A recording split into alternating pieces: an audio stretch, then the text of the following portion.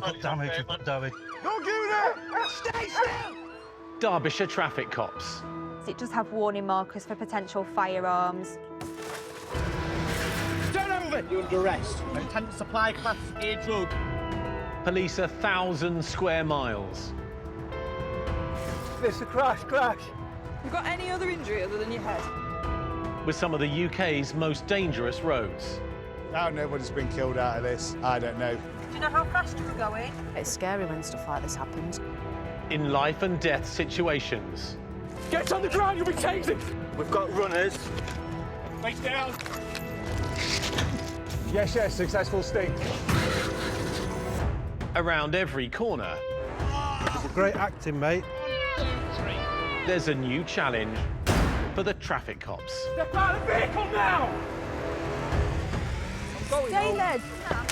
Stop grabbing me like that.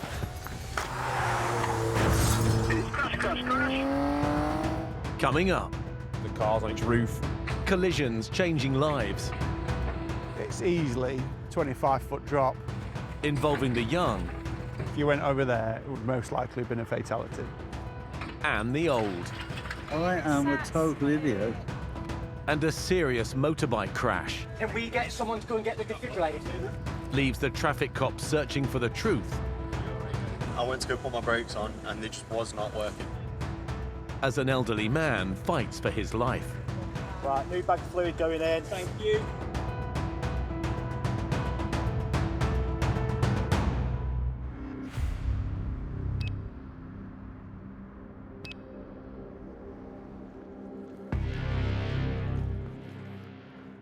Tango Sierra 4, Stephen. Mate, we're just leaving Ripley now. We'll be about 5 minutes. Every year, Derbyshire's traffic cops deal with over 300 life-changing and fatal collisions. Police emergency. At Force Control, Yeah, whereabouts are you? there's a report of a serious crash Are there any injuries? involving a motorcyclist and a pedestrian. Yeah, we'll get officers there as soon as we can. LA Tango Sierra 4. Hey, go ahead. We've got a report of the vehicle, RTC, injuries are reported, EMAS are travelling. If you can start travelling, immediate response, NA. Oh dear. Where was that? They'll pull over and have a look. LA Tango 43, pop me to that RTC as well. PC Alex Head and Sergeant Scott Riley respond to the call. We're getting quite a few multiple reports, so normally when you get multiple reports, take it tends to be a bit more serious. Almost weekly, we are dealing with a fatal or serious collision, and it is something that changes you as a person. To see what families go through when they are the victims of a fatal collision, it's stuff that I will never ever forget. But we have to be on top of our game to deal with the next one and the one after that. NA for 49, I'm coming free now, so I can make way to that. PC Chris Wells Jackson is also responding. From the sounds of it, they've got quite a serious head injury. You do get a bit of a funny feeling when you go into a possible fatal collision, because in the back of your mind you're always thinking that essentially someone's potentially going to die, so potentially inform some family members as well, which is not very nice. Scott is first on scene. Just come off for 1 sec. One every 5 seconds, mate. As other officers and paramedics fight to save the 92-year-old casualty's life, Scott takes charge of the investigation. We've got a serious, critical RTC where the pedestrian is still in cardiac arrest so far. When I'm told that the pedestrian's in his 90s, I know from looking at the scene that the injuries are going to be really difficult for him to survive. We've got everything at that scene, or coming to that scene, that we need to give him the best opportunity of life. But ultimately, I do look at the investigation as if it is going to be a fatality. that really focused my mind. Right, new bag of fluid going in. Thank you. Scott's asked us to go straight down, which we're going to do. Just going to grab some scene tape so we can have another cordon on. And obviously the air ambulance needs to land somewhere as well, which I don't know where it's going to be. Got to go and assist with witnesses, etc. to start off with from the sounds of it, so.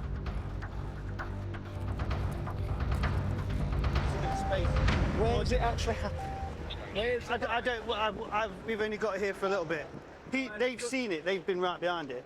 We was literally right behind the car that we smacked into.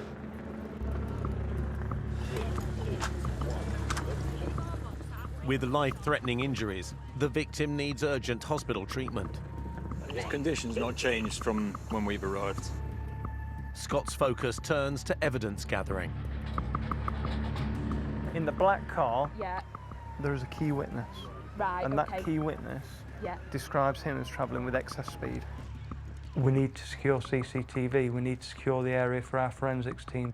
We need to clear the area of the public, but we need to keep those public somewhere where we have an element of control. Unless you live on this street, you need to be the other side of that blue line. Because they are the very people that could tell us exactly what's happened. So, hello, we'll come and speak to you very shortly. What are your plans now? Because I can see you've got some customers in. You've cancelled, have you? That'd really help us. I'm going to ask this officer, if you rang the initial job in and you've got CCTV, I'm going to ask this officer to come and speak to you. All right. Is this the driver? Yeah, Does he need treatment as well? yeah, he will do. He's got an injury to his ankle. Hey mate, that's your bike? Yeah. All right. Just very briefly tell me what's happened. I was coming down the street. Which way? From up there? Yeah. Yeah. And I went to go put my brakes on and they just was not working. Okay. Front and back. Yep. I just got it booked in to go in for a service. And my brakes just was not going to work. Yeah. Right. So we'll get a collision unit when they come to get that statement almost immediately. Yeah. CCTV from the building just there, but I'm just going to go and have a look and see if it's Right. active. Because that will show this junction here. Okay.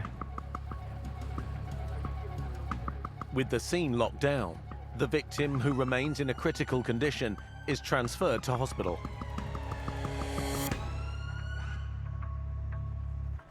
So the early information is that the motorcycle rider there is coming down here at excess speed. He's made an unsolicited comment that his brakes weren't working. He knew his brakes weren't working because he was going to take it to a garage to get it serviced. So if that is the case, then it's dangerous driving. Do the roadside procedure, drugs, drink, and then when I give you an update, go from there, please. Alex, can you stick with Chris? From a police perspective, if he's riding that motorbike, knowing that his brakes didn't work and that he needed to take it to a garage, then he's knowingly got on that bike when it was in a dangerous condition. I'm going to take a sample of your saliva onto this device, which takes up to 8 minutes to come back with a result okay.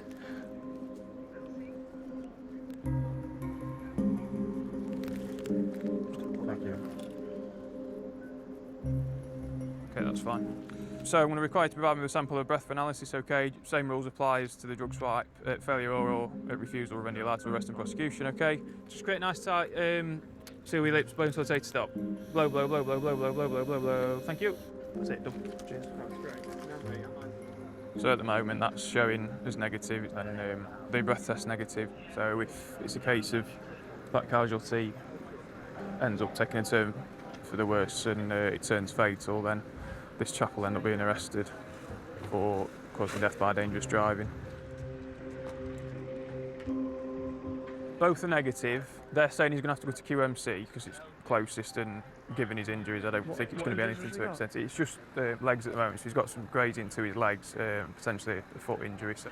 We need officers to be with him. Yeah. So Chris, you follow down, or managing him Yeah. as a suspect. Yeah.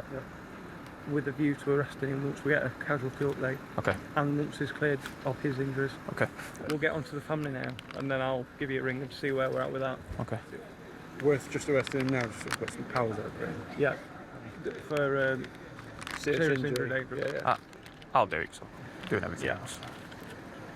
And then we can re-arrest if that changes. Yeah, that's fine. Yeah, lovely. It's up. It's I don't know if they updated you. He's not insured on it either, which is admitted to. Arrested for the insurance as well. Yeah, I'll do everything. Yeah. I'm going to arrest you on suspicion of causing serious injury by dangerous driving, okay, and for driving without insurance, all right. So you don't have to say anything, but it may only offence if you do not mention when questioned something which later will line in court, anything you do say may be given in evidence. Do you understand that? Forensic collision investigators are now on scene.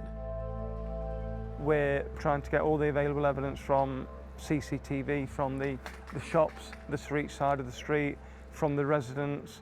We've got several residents that have seen the collision that we'll be getting statements from, and we've got several drivers that have seen the collision that we'll also be getting statements from. The crew have assessed the motorbike rider, and he's got some injuries that potentially a fracture to his leg or his foot. So he's got to go to the hospital to get checked before we can take him into our custody. So we're going to follow the ambulance down. The elderly victim has been admitted to hospital. I've just had an update from Swifty. Yeah. The chap's gone for a scan, okay, but he's unlikely to survive. Okay. So I've told Swifty to hang on there until you arrive. Yeah. So we can see where we are with him. Okay, no problem. Nice one.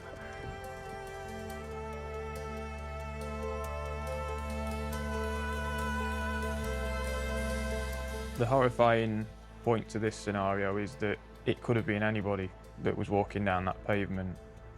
It just so happens that the victim in this case is a chap in his 90s who lived through a world war, and he gets run over by a motorbike just walking to the shop.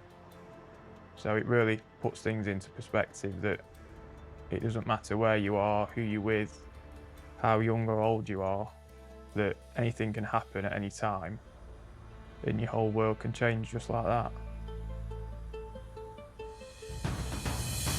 Coming up, we'll be able to absolutely see whether that bike's got any brakes or whether it hasn't. The suspect faces charges. Just take your necklace off. And the traffic cops respond to another crash. She's come around the corner, she's obviously lost control, hit this wall. Involving a young, inexperienced driver. No licence holder. Oh, no one with her? No.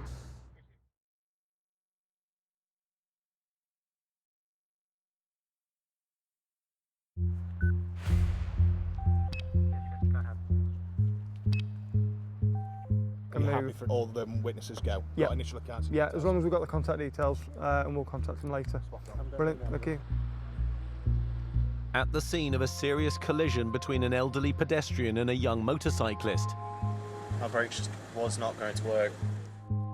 Sergeant Scott Riley is leading an investigation. So he's riding a bike at excess speed with no brakes. Moving the investigation forward after today, the bike will be examined, so we'll be able to absolutely see whether that bike's got any brakes or whether it hasn't. I've asked that the phone is seized, so we can examine that to see if he's sent a text disclosing that he's fully aware that the brakes don't work, or if he's booked that bike into a garage, which we believe he has, and he was on his way to having that bike serviced today. Lee?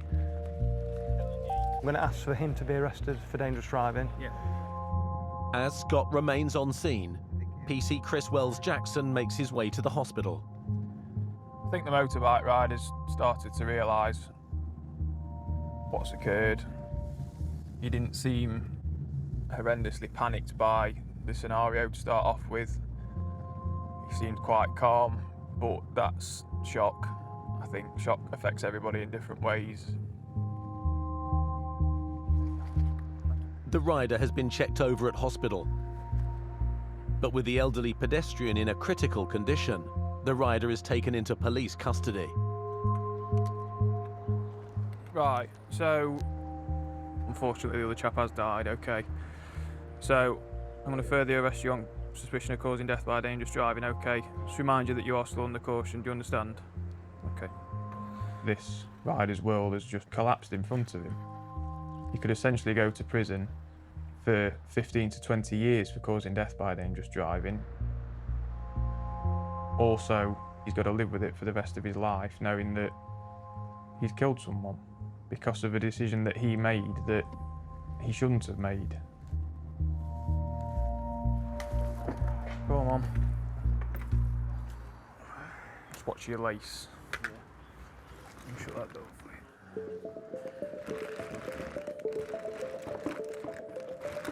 As a result of what's happened, you've been arrested on suspicion of causing death by dangerous driving, driving without insurance, and driving otherwise than in accordance with your licence. Do you have any physical illnesses or injuries? I've just been to hospital. Broken ankle. Which ankle? My right ankle. Just take your necklace off. Yeah. At some point this evening, will be a decision sought for a charge for those offences. It might be that he gets bailed, it might be he gets charged tonight and remanded into custody. Our main priority now is essentially to put a good evidential case together to make sure that we've got everything we need for a prosecution. So whoever's at fault for this collision sees some justice.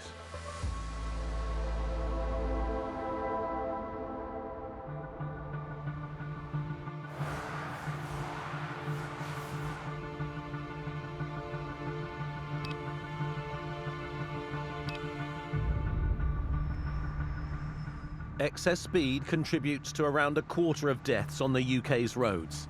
Some of the most at risk are the young and inexperienced. It's a bit windy tonight. Traffic cops Andy Swift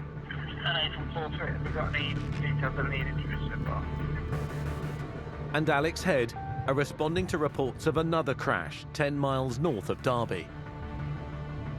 Tango 4-3 receiving 4-7.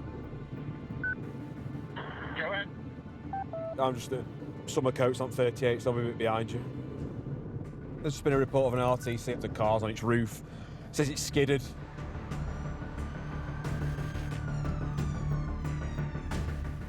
I thought I seen lots of blue lights. As Alex arrives at the scene, NA Oscar Tango 4-3. Hello, you alright? a fire crew has freed a teenage driver from her overturned car. CFS also state 6. Do you know who the driver is? The driver is just by the extra fire engine there. Right, okay. Okay, no, thank you. Despite the extensive damage, Oh, there you alright? Yeah. How are you doing? the young girl appears unharmed.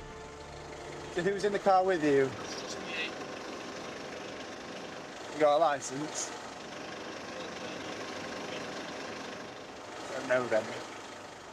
So the rules are, when you're a provisional licence holder, you can only drive a vehicle when you've got a qualified driver sat next to you, and your vehicle must be showing L plates.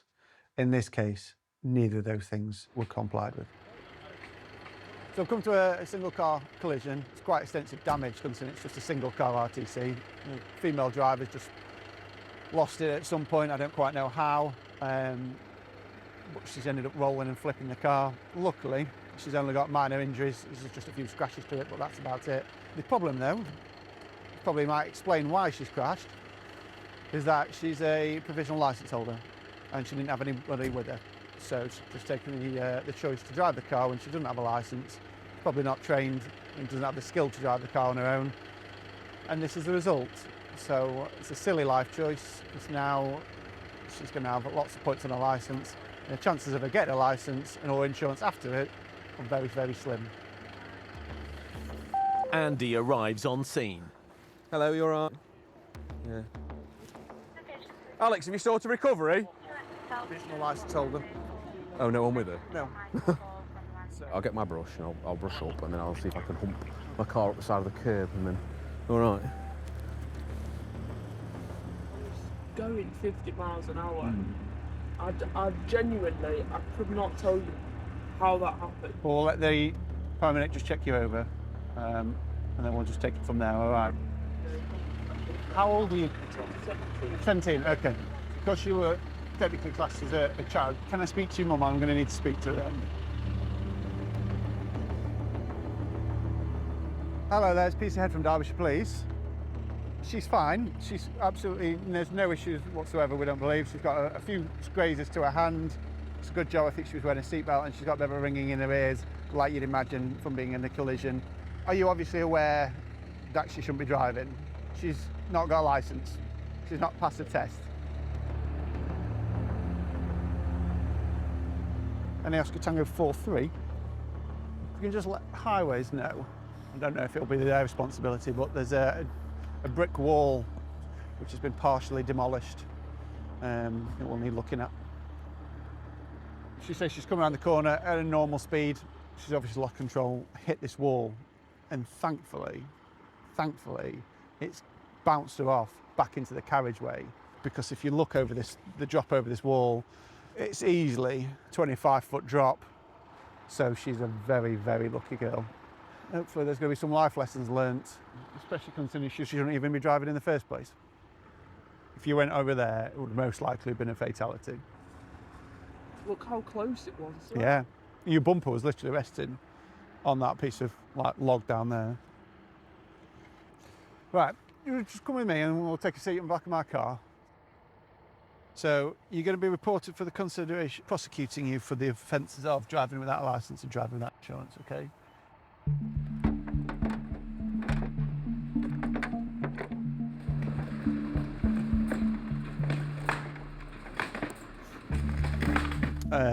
You'd be looking at least 2. I say this a lot, but I don't often deal with criminals, but I do deal with people who make silly life choices. Are you aware it's a bit of a silly thing you've done, and obviously how lucky you are? All right, just learn from this, okay? I'd say if you would have just been a little bit faster, the momentum would have taken her and carried her through that wall. I hope she understands what a close call she got, because you don't get any closer than that. I don't think there's much more I can do, to be honest with you. I think we're about done. Right, let's go. With the crash scene cleared, Alex takes the young driver home.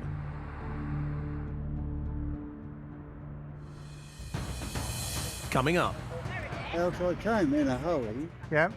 And got caught out. Another narrow escape. I was driving down here, they pulled out, just went straight into the side of me. And some shocking footage. His average speed was 61 miles an hour in a 30-mile-an-hour limit.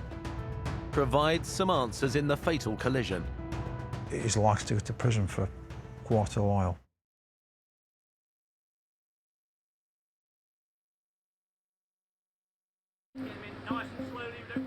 The day after a fatal crash involving a motorcyclist and an elderly pedestrian.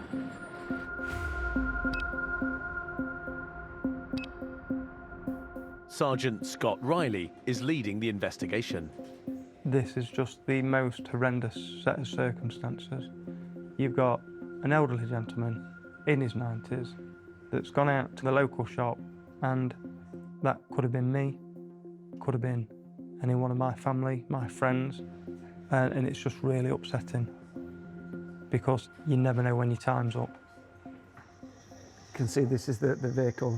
It's going to be turning right in a second. Alex Head is reviewing some of the footage from the scene. Just pause it here. We can see that the indicator for the Jaguar, that's highlighted. Wheels are starting to turn. We've got brake lights from the vehicle behind. We can also hear the high-pitched hum of the motorbike coming in, which will be coming in from the right of the picture. Again, we've got brake lights from all these vehicles, so these vehicles are slowing down. And that one was stationary just before it started to turn.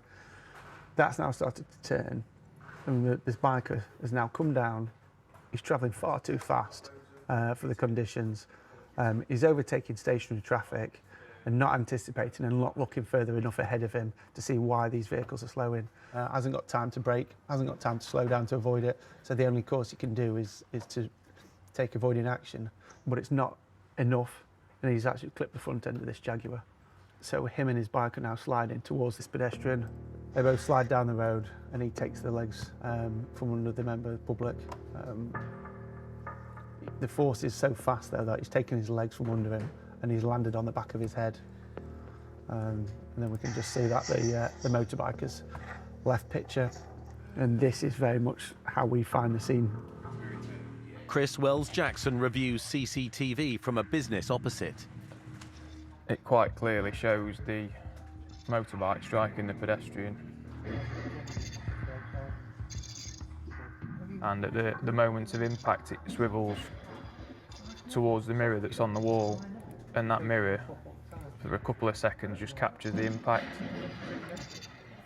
The motorbike has literally swept the pedestrian off the feet, and it's caused such an impact with that pedestrian into the pavement that it's broke his neck and caused some really severe head trauma, which has ultimately led to his death, unfortunately. He's 92 years old, the chap that's died, and he wouldn't have even seen or heard it coming. And in 10 years of policing, I've seen a hell of a lot of CCTV of incidents, of assaults, of collisions, and there's not many that send a shiver down my spine as to when I see the pedestrian get hit by that bike. So I've spoken to collision investigators who interviewed the suspect last night. He's been bailed with conditions not to ride or drive or be in any motor vehicle, so we can safeguard the public.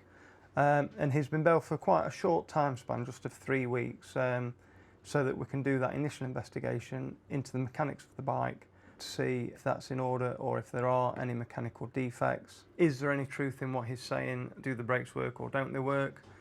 I understand there's no insurance on the bike. We can't find any record as a police force that he's got a CBT, which is a test certificate which he needs to ride a motorbike. So we'll be applying to the DVLA to see if that has or hasn't been taken. And we'll also be looking at any previous incidents of him riding to give us a pattern of behaviour prior to this collision. And it's going into that detail which will take us from a due care and attention to a definite death by dangerous driving. But it is the right thing to do, that the person responsible is dealt with robustly and correctly. Helping Scott with the case is forensic collision investigator Lee Simpson. Part of my role is to analyse evidence. That's evidence at the scene, that's evidence from mechanical examinations, and any other evidence that we come to. Part of that evidence trail has been to collate CCTV footage. Lee's been examining further evidence of the motorcyclist prior to the collision. This one I'm about to show you, it comes from a public house which is 3 miles from the scene. So the rider's seen here. Using various software, I'm able to determine that his speed as he went through this area was 57 miles an hour, which is and this is in a 30 mile an hour limit. It then progresses from this. This set of footage was approximately 1.5 miles prior to the scene, and he's travelled over these marks, which I've used for analysis. I determined his average speed over these marks to be 54 miles an hour. The next footage that I analysed is from a premises which is approximately 150 metres prior to the scene. And again, using the same principles as previously, his average speed through this particular place was 61 miles an hour in a 30 mile an hour limit. He then continues. This is a built-up area, hazards everywhere, pedestrians, members of public, cars, and is approaching a queue of slow-moving cars, which at this point he would have a view of. At this point, his brake lights just illuminated. So he's seen the Jaguar, trying to react to it, but can't. I then collide with the Jaguar. And this is the prime CCTV footage that I've analysed. This is the scene of the collision here. The bike at this point has lost speed because we know he's on the brakes. In this area of analysis here, it's doing 52 miles an hour. The motorcycle hits the front off side of the Jaguar. He's become detached from his machine. The machine's slidden down the road surface, and the rider himself has struck the pedestrian as the pedestrian's walking with his back to us. I understand he's undocumented, so he's got no licence, he has no insurance, shouldn't have been on it, claims it had a mechanical defect, yet for reasons best known to him has chosen to ride at speeds well above a speed limit. I don't know if my brakes were defective on a vehicle. A, I wouldn't be driving it or riding it, and B, I certainly wouldn't be doing twice the speed limit. So Who knows what his thought pattern was, why he would choose to put himself at risk like that. He's not only risking other people, he's risking his own neck. But nevertheless, he's done that. And he's going to have to explain that in court. As a young lad, done something very stupid, he's likely to go to prison for quite a while. And it's such a shame because it was wholly avoidable. And it's ruined his life, killed somebody else. Crazy.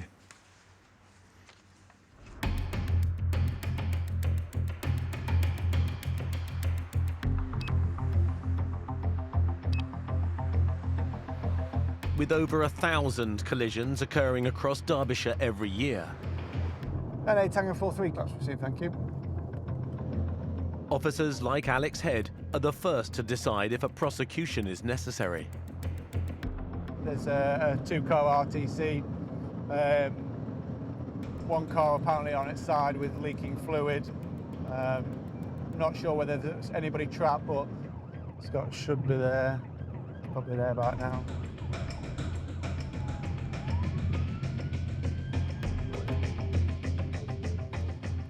As Alex reaches the scene, fire crews have freed an elderly couple and a male in his 20s from the cars. The crash, it looks like carnage. You know, there's a car on its side and alarm bells are ringing and everyone's thinking the worst.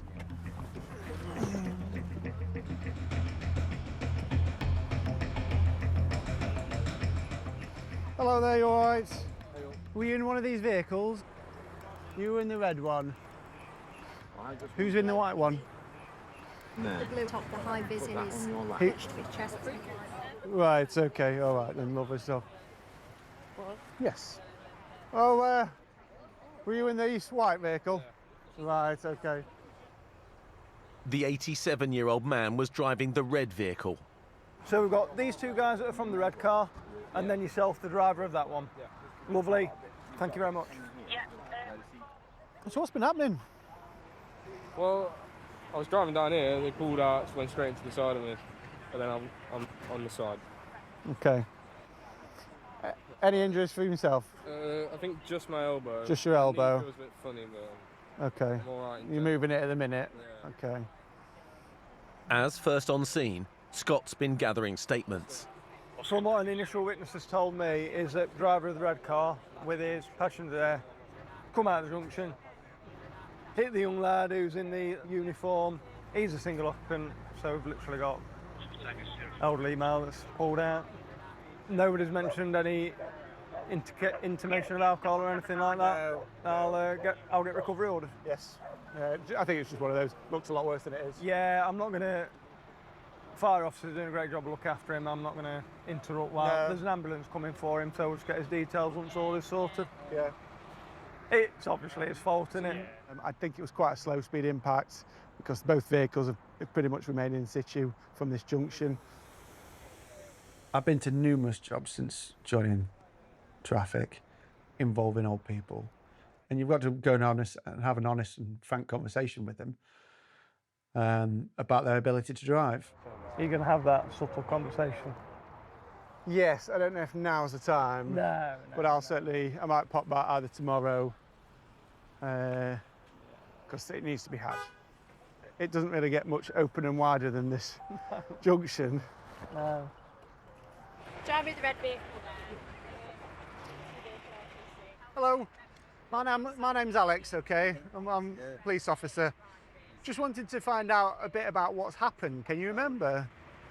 I am a total idiot. It's as simple as that. Okay. The red car is mine. Yep. It's leaving. Yep. I'll be waiting here, and quite a lot of traffic going backwards and forwards. Yep. Watching there, a big long clear bit here. Yep. Watching for a gap that way. Yep. Saw a gap. Yep. Had a look that way, nothing. At least, nothing. Okay. So, out I came in a hurry. Yep. And got caught out. Okay. I did. All right. Oh, I feel bad. Okay. Well, it is just a chunk of metal. Sorry? It's just a chunk of metal, and no one's been seriously injured. Okay. So don't worry about it too much. All right. So, two-car RTC, slow speed crash, the driver of the red Toyota, he's pulling out of this junction. He's probably under a bit of pressure to pull out because it was quite a busy road. So he's pulled out, he's collided with the VW up. He says he's not been able to see it. So what we'll be doing now is inform the DVLA he's had an accident, and then they'll get in touch with him and potentially want to put him through a test again, just to make sure he's fit and healthy and able to drive on the roads.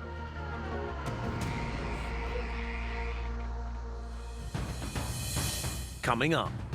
Can't just give him a free pass because he's an elderly gentleman. Tough conversations.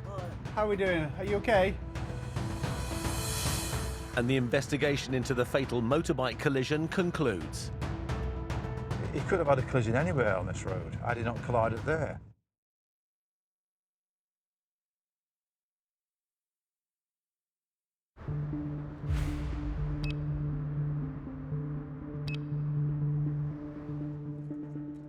A few weeks after an elderly driver crashed into another car as he pulled out of a T-junction, Alex Head is tasked with asking the man to voluntarily surrender his license.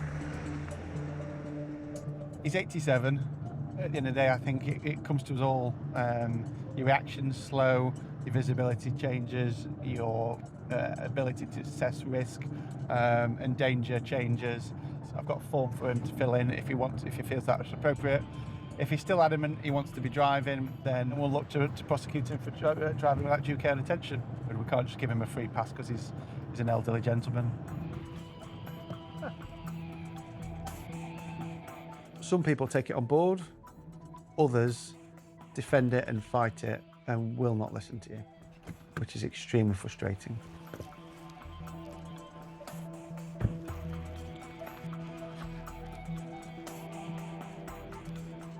How are we doing? Are you okay? Very good, very good. Failing to look properly contributes to over 40% of collisions involving drivers over the age of 70. All right then, take care. Bye-bye. Unfortunately, there's a lot of elderly drivers who just shouldn't be driving. That's the simple fact of it. It's a sad fact, but there's a time and there's a place for people to stop driving, and a lot of people don't know when that is. It's their last aspect of freedom, just to jump in your car and go whenever and wherever you want. So people are very reluctant to give up their licenses. He still is adamant that he can drive that vehicle safely. And he's obviously still a very intelligent man who's got more about it than some of the 20-year-olds that I end up dealing with. However, in his own admission, I don't think his body is running at quite the same speed as his brain. And I think this is where it starts becoming a bit dangerous, because he still thinks he's able to drive, and I don't think his body is in that position. I'd question his ability, should a child jump out in the middle of the road, and his reactions to be able to stop and do an emergency stop in time would be my main concern. So he's going to be reported for driving without due care and attention.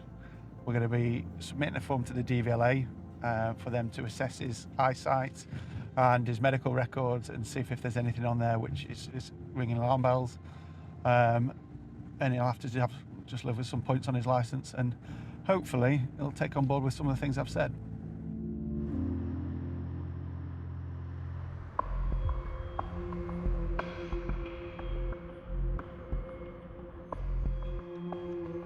Six weeks after a fatal collision involving a motorcyclist and a 92-year-old pedestrian, crash investigator Lee Simpson and vehicle examiner Rob Finch are investigating the rider's claim that his brakes were faulty. The rider didn't engage emergency braking. He left no lock tire marks.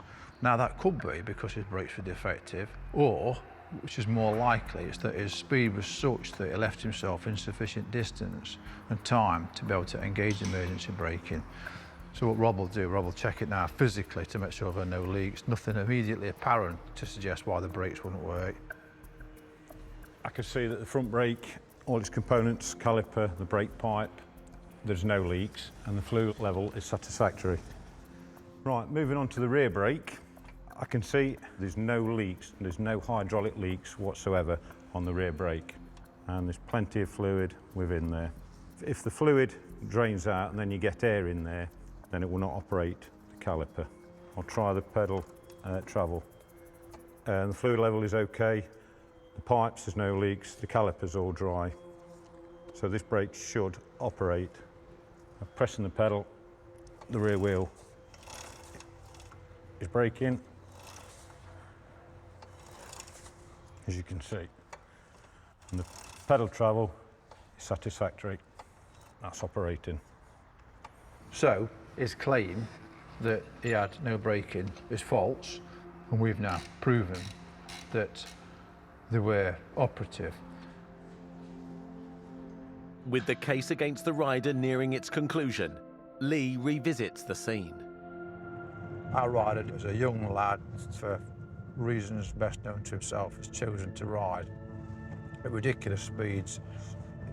He chose to exceed the speed limit grossly.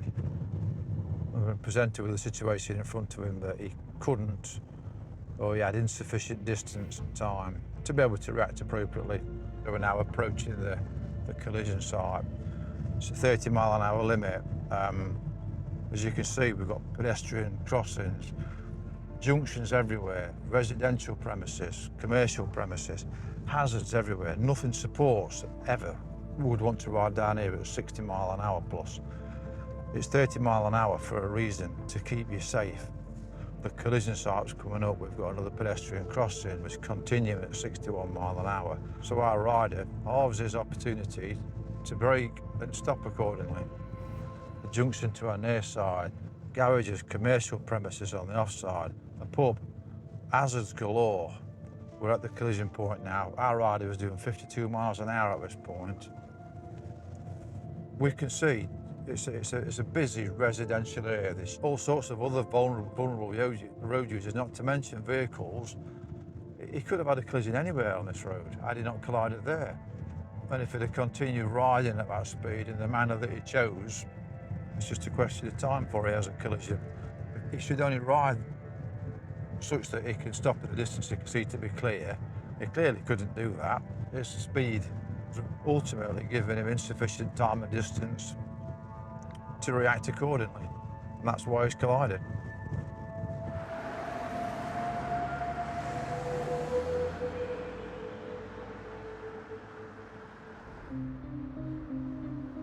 On average, 5 people are killed on the UK's roads every day.